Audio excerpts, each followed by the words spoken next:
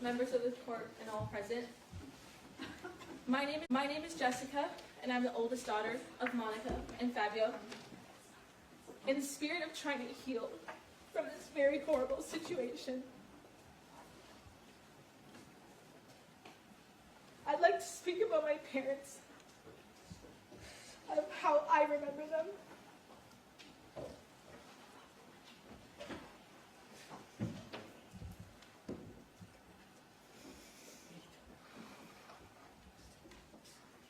Every day growing up, my dad would send my sister and me off into the world with the same words: be smart, be strong, chin up and charge the mountain.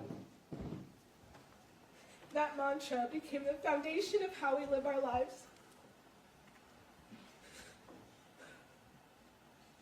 My dad was our pillar of strength, steady, present, full of wisdom. He taught us how to be brave, how to be kind, and how to show up for the people we love. He taught us to climb our mountains, no matter how steep, like this one right here. I miss him every goddamn day. I think about him constantly. I talk about him to my friends, to my family, to anyone who will listen to me, because I want to keep his memory alive. I often watch old home videos just to hear his voice, to hear his laugh. I want to remember what it felt like to have a dad, to be wrapped in that kind of love and the protection. I wanted nothing more in my life than to make him proud, to see his smile when I succeeded, and to hear him say that he believed in me. We used to have these family meetings, and at the end of each one, we'd all put our hands in together, and we'd chant Sementilli power. I used to think it was so cheesy. Now I treasure it. I'd give anything to just sit in one more of those meetings. I know how lucky I was to have a dad like him. He was the best dad anyone could ask for. I have to remind myself that it's better to have had him and lost him than to have never had him at all. I still feel him around me. I hear his voice all the time. When someone I love says something he would have said, I know it's him there with me. When I got my acceptance letter to UCLA, all I wanted to do was to call my dad and to tell him. When I started to cry, heartbroken that I couldn't share that with him, I looked up and I saw someone wearing a sweatshirt with his alma mater on it. I know that was my dad, and I know that was him telling me that I'm here, and I see you. And I hold on to all moments like that. And then there's my mom, my rock.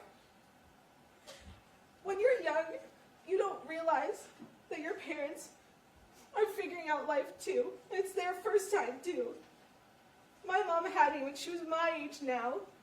And I think about that a lot. How young she was. How brave she had to be. She moved away from her own life and family to support my dad's career. And she did it without asking for anything in return. She gave her entire self to us.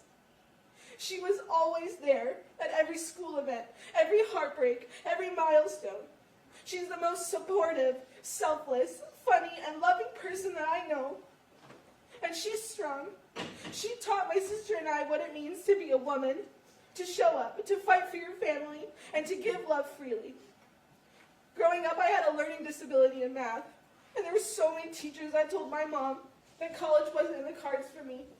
But my mom never let me believe that. She told me I could do anything I set my mind to.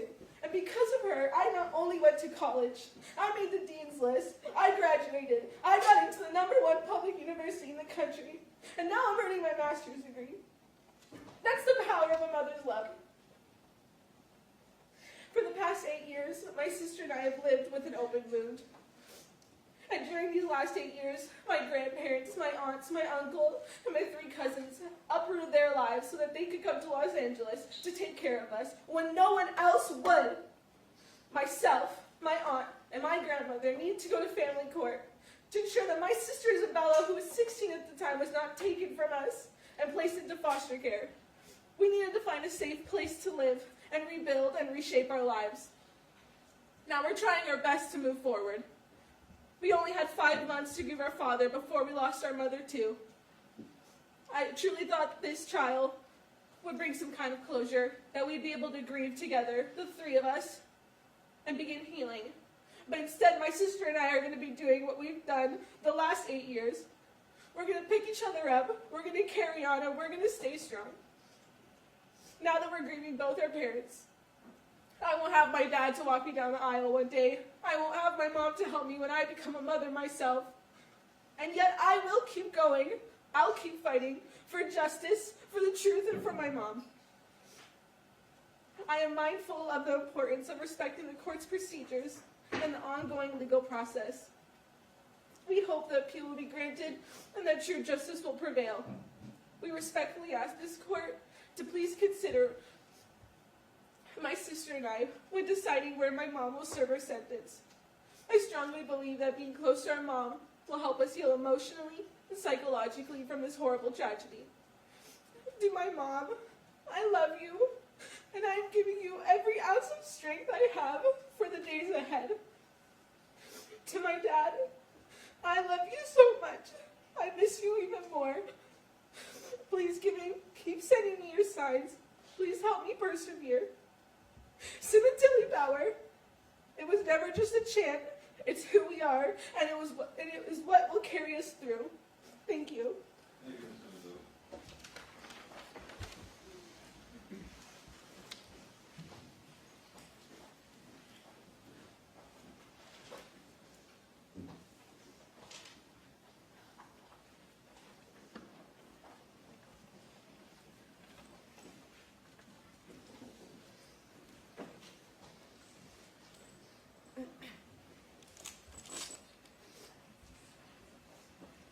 Good morning, Judge Cohen, members of the court, and all present. My name is Isabella. I'm the youngest daughter of Monica and Fabio Sementilli. I stand here to tell you about the wonderful home my parents made for me. I urge you all to reconsider the picture that was painted of our family dynamic. I had the best childhood thanks to my mom and my dad. I had the most supportive parents who created a safe and loving home. My father was a man that I respected, trusted, and leaned on for comfort. He was front row with my mom, laughing and clapping at all of my school plays. He always asked me about my life, my friends. He truly cared to know about his daughter. Despite traveling a lot, my father made an effort to be present when he was home. He really listened to me. He taught me how to stand up for myself while still being respectful, and told me from a young age that the only opinion about myself that matters is my own. When you go to judge somebody, look in the mirror because that's usually what you want to fix about yourself. I'm grateful to have learned that so young. I get my hard work ethic from my father. He would jokingly ask who would become the hairdresser in the family and continue his legacy. I didn't know at the time that I would be the one following in his footsteps, but I thank him for guiding me to find my passion and lifelong career. I will continue my father's legacy in the hair industry, filling some big shoes, but in my own way. To those who knew my father, you also know how funny he was. My tears would turn to laughter in seconds. I'm confident I can speak on behalf of my sister and brother that we had the best father. Not many people got to know my father when he was home with his family. Once the suit and tie came off, that was the real Fabio I knew, and I feel lucky for that.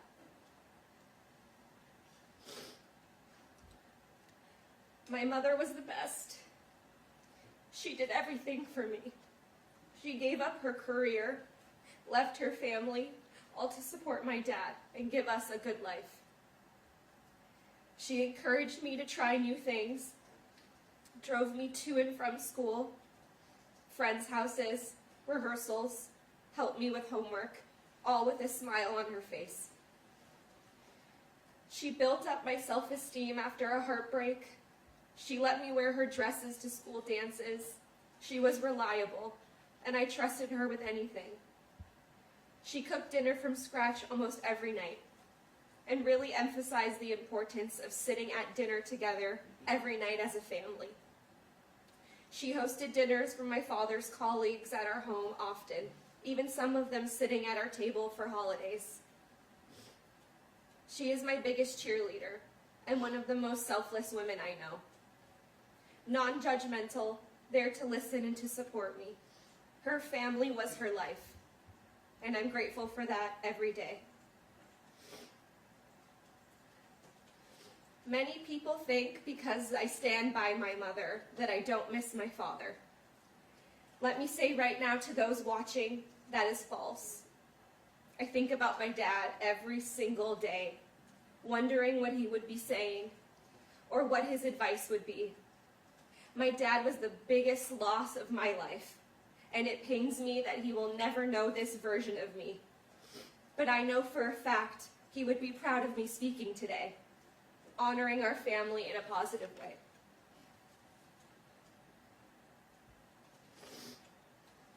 I often reminisce on the days when I would be inside in the middle of my piano lesson, and my parents would be outside in the backyard. We could hear my dad's laugh from across the entire house. Then I'd look outside and see them laughing together. They spent every night outside, talking, laughing, enjoying each other's company. They were best friends, and I didn't know how lucky I had it.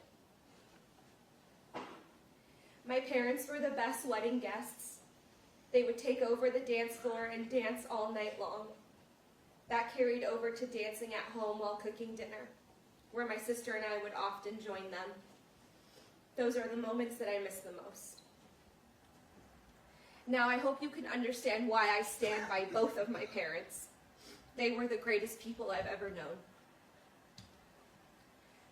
I never got to grieve my father's death. I thought I could do that when this trial was over. However, that is not the case. I'm now grieving 2 parents, no father to walk me down the aisle, or play outside with my future kids, no mother to go to for advice or comfort.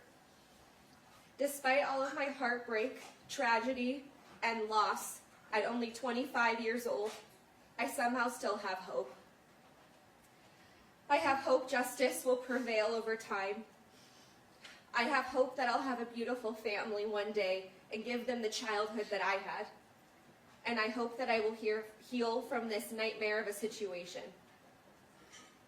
I'm hopeful because of my friends and family who have supported me, genuinely, the last 8 years.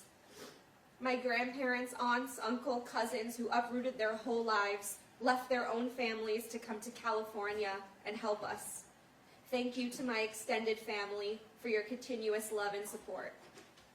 And thank you to the complete strangers who have reached out to me with support and kind words, showing me there are still kind and compassionate people out there who believe in me and my mother. I'm not sure why this happened to my family, but this does not and will not define me. This has made me work hard at building a beautiful life that I deserve, which is what my parents would have wanted. To my mom and dad, I love you, I miss you, and I will forever remember you dancing in the kitchen. Thank you. Thank you, Ms. Sementilli. Is there any further here? I'm sorry, we have one more here? Yes, ma'am? Good morning. Good morning, Judge Cohen, members of the court, and everyone present. Thank you for allowing me to speak today. My name is Anna Crescentini, and I am the sister of Monica. I'm speaking on behalf of my entire family. Words cannot describe the absolute sorrow and horror we felt when Fabio Sementilli was murdered in January of 2017. Fabio was an incredible man, an inspirational human being who had a larger-than-life personality, a boisterous laugh. He was a person who was loved, cherished, and adored by everyone in our family. To my sister Barbara, he was not only a brother-in-law, but a mentor, a confidant, pillar of strength, love, and unwavering support. To my parents, Fabio was a son, a man they loved and respected. Fabio was an amazing uncle to my children. He was a caring father and an overall wonderful person. Although more than 8 years have passed since his murder, we still have not processed our grief over his death. We do not believe this feeling of sadness will ever fade. Every day my family and I remember him. We talk about him all the time, recalling all the good times we shared, family vacations we took together, camping trips, the many, many dinners, holidays, birthdays, and events we celebrated together.